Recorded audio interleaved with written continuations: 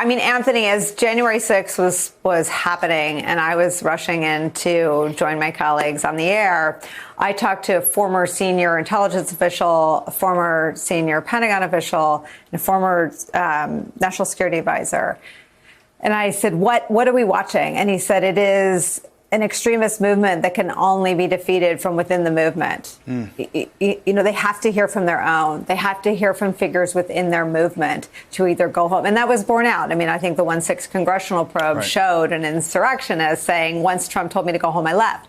But on the rule of law question, it seems that it is of some value to Jack Smith to have prominent Republican national security and justice officials saying the evidence is rock solid, beyond any doubt, evidence of criminality. Tell me, I know Jack Smith doesn't watch a lot of TV, but tell me whether that is important as he goes about doing his work. It is absolutely important, Nicole. What we heard from Bill Barr and Esper and so many others over the weekend is a realization and a recognition that Donald Trump really doesn't have a legitimate legal defense.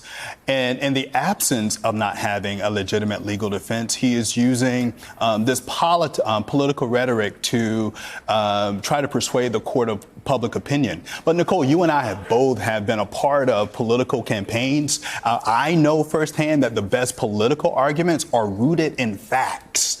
And the facts here just don't the facts here just don't support Trump's notion that election interference is at play, or that the department is somehow being weaponized against him. This investigation started well before he announced he was running for president. And as Bill Barr rightly noted, these actions were really self-inflicted by Donald Trump. And importantly, Jack Smith is a career prosecutor. He's a part of DOJ's permanent workforce.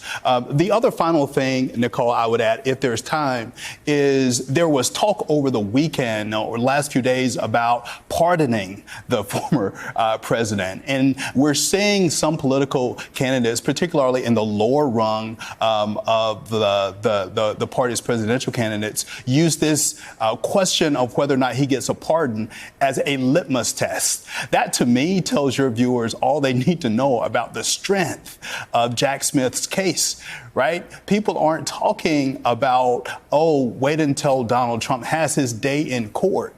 No, they're talking about whether or not you would pardon him if elected.